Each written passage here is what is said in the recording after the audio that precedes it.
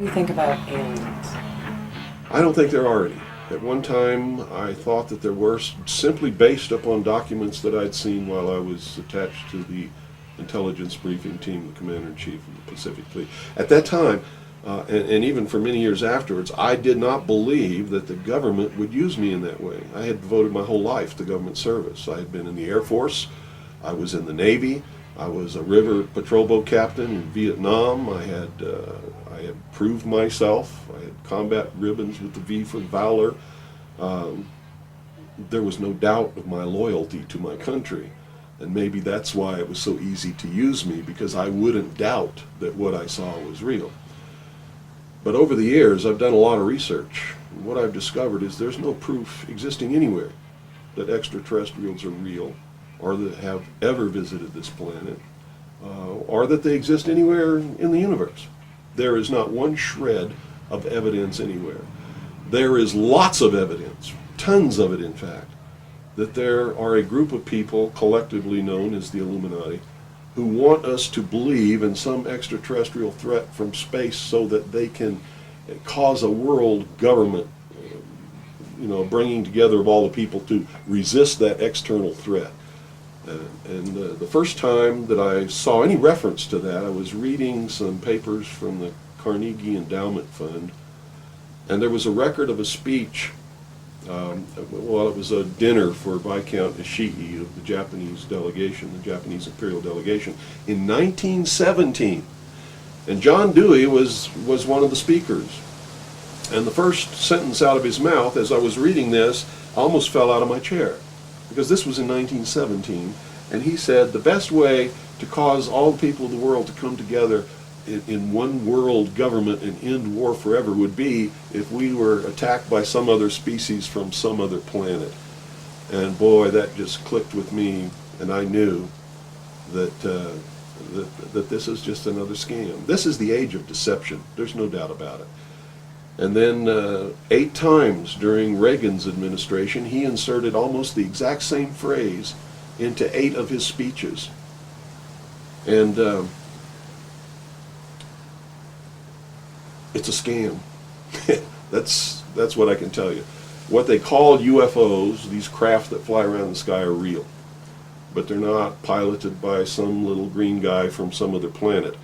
They're owned and operated by the United States of America for one, the Soviet Union for another, probably Great Britain, Canada. I think the first really operable ones were probably manufactured in Western Canada, in the wilderness, in a place especially built to create those machines, like we created the Manhattan Project, and the same kind of secrecy surrounded it. So the technology is real. It's been kept secret, and it's been used to promote this concept that there's an alien threat to this earth. The cattle mutilations I've discovered in my research are nothing more than what's left after the government does its secret tests on the low-level radiation leakage from its atomic weapons assembly plants and atomic power plants. It's a low-level radiation monitoring project. And if you look at what's missing in the cattle, you'll see that it's just as clear as day. They take the lips, they take the tongue, they take a 6-inch patch of skin, they core out the rectum, the colon area, where those kinds of things would collect. They would pass through the digestive system. On female cows, they take the udder to check for low-level radiation in the milk. Is it being passed to the calves? And these are all grazing animals that graze on the grass where the radiation falls when it falls from the air. And it's just an incredible deception. And I'm just amazed that people have fallen for it in the manner that they have, in the absence of any proof whatsoever. I mean, they cite hearsay as proof. Well, what about all of the alien abductions? They're not abductions, they're the results of a tremendously successful and very sophisticated mind control operation, all of which has been in development.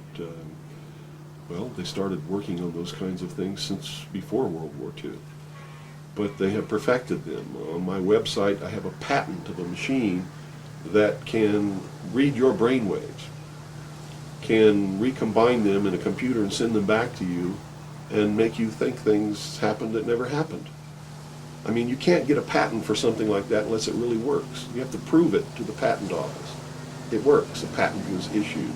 And this is just one of the things that snuck by them that hasn't, because when people invent things like this, they're sucked up by the government immediately, and then they're put behind the veil of national security and classified, and then nobody knows about them. But every once in a while, something sneaks by them. And when you do these searches in the patent office and the trademark office and in the copyright office, you come up with some real gems once in a while, and that was one. Also, the congressional investigations into the intelligence community has revealed the existence of these programs, and there's no secret about it. It's documented. Project Artichoke, Project MK Ultra, MK Naomi. I could go on and on and on all day long, and if you had the time in your movie, we could lay out all the documentation, which is official government documentation, and prove beyond any shadow of a doubt that it's true. But that's what it is. It's not extraterrestrials coming down. The human body cannot pass through walls and roofs, or through windows that are closed. This is all the product of the imagination and people's willingness to believe something because they want it to be true. I don't know why they would want it to be true. You see, because if it were true, these are not friendly aliens. They're doing some terrible things to people. If I were to kidnap somebody, pass them up through the roof, and take them somewhere, and perform operations on them, and take samples of semen and ova from their reproductive organs, and plant thoughts in their mind, and all this kind of stuff, and then bring them back, guess where I'd be right now? In prison. That's kidnapping. It's criminal. It's a terrible thing. So there's a morbid sense about all this too, as if people want to be hurt for some reason. I don't understand that. But that certainly is something that somebody needs to look at. Why do people feel that this needs to be real? What in them says, I want to be abducted and abused and kidnapped and raped and all of this stuff against my will? Because they seem to take some kind of satisfaction that this is happening. And nobody's talking about the fact that this is a terrible thing to happen.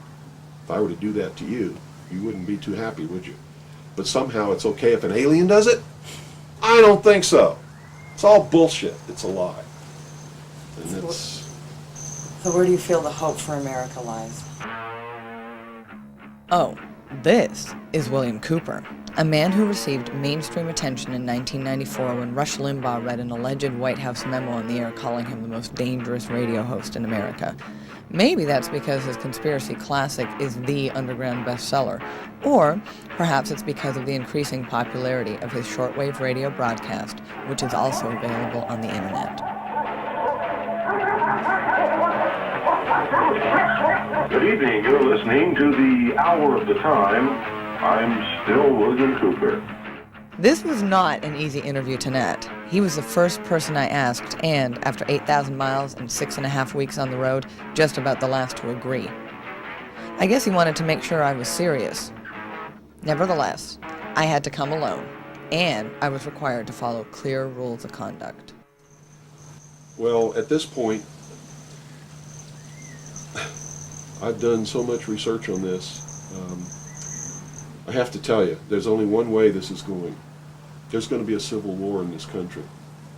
And I hope the outcome of the war will be the reinstatement of constitutional Republican government. But whenever you have a war like that, you're going to have competing factions to be the winner. And whoever really has the power in the end is going to institute whatever kind of government they feel should be there. There are people in this country who believe that a religious theology or theocracy should prevail. Well, if that happened, we'd have burnings at the stake again, and inquisitions, and heretics, and all of these kinds of things. So that can't be allowed to happen. Can't be. Doesn't matter what my religion is. It can't be allowed to happen. There are people who want a socialist government, much like the one in Sweden. There are people who want to create in the United States what the Soviet Union had hoped to be.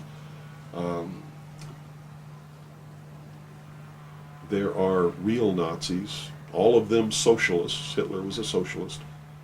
So I see the future as being tremendously dangerous for all of us.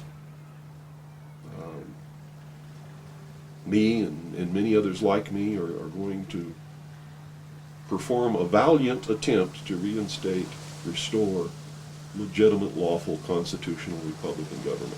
Whether or not we're going to be successful, I can't tell you. But I will tell you that once this war starts, it's going to be terrible, it's going to be bloody, and it'll last for 10 or 15 years. That's the nature of this kind of conflict. If you look around at all these mountains around here, there's enough guns, ammunition, supplies, clothing, and food buried in these mountains to support an army for 15 years. And I don't think the American people realize that they're on the brink of a civil war.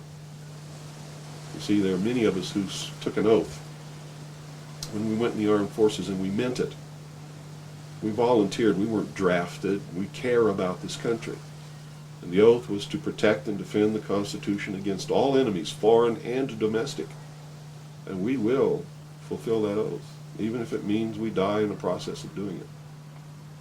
It's that simple.